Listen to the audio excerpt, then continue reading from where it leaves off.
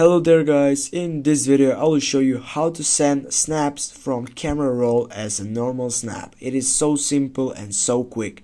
First, make sure that you tap on the camera side on your Snapchat account, and then as you can see I have left or right wing. I need to tap on the left wing for the camera roll.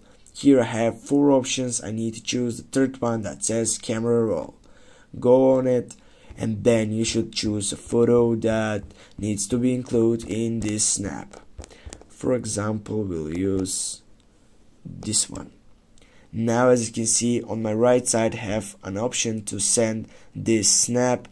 Go for sending by myself to myself and go send. Now guys, you know how to send snaps from camera roll as a normal snap. Thanks guys for watching. Don't forget to hit that like and share the video. See you soon guys.